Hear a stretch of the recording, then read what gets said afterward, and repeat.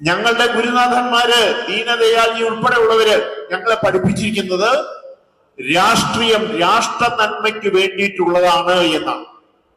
ആ ഗുരുവചനം ശിരസ വഹിച്ചുകൊണ്ടാണ് ഞങ്ങൾ ആ വാർഡിൽ പണിയെടുക്കുന്നത്.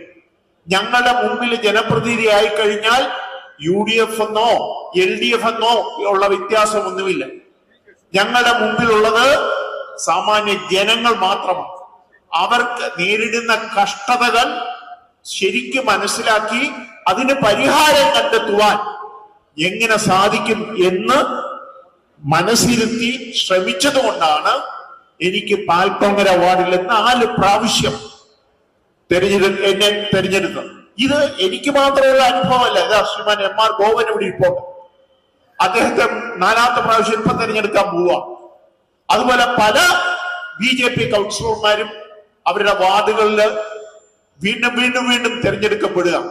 കാരണം കണ്ടുമടുത്ത LDFന്റെയും കണ്ടുമടുത്ത UDFന്റെയും പ്രവർത്തനങ്ങളിൽ നിരാശരായ ജനങ്ങളാണ് കാര്യക്ഷമമായി പ്രവർത്തിക്കുന്ന BJPയുടെ പ്രതിനിധികൾക്ക് വോട്ട് കൊടുത്ത് അവരെ നഗരസഭയിൽ എത്തിക്കുന്നത്.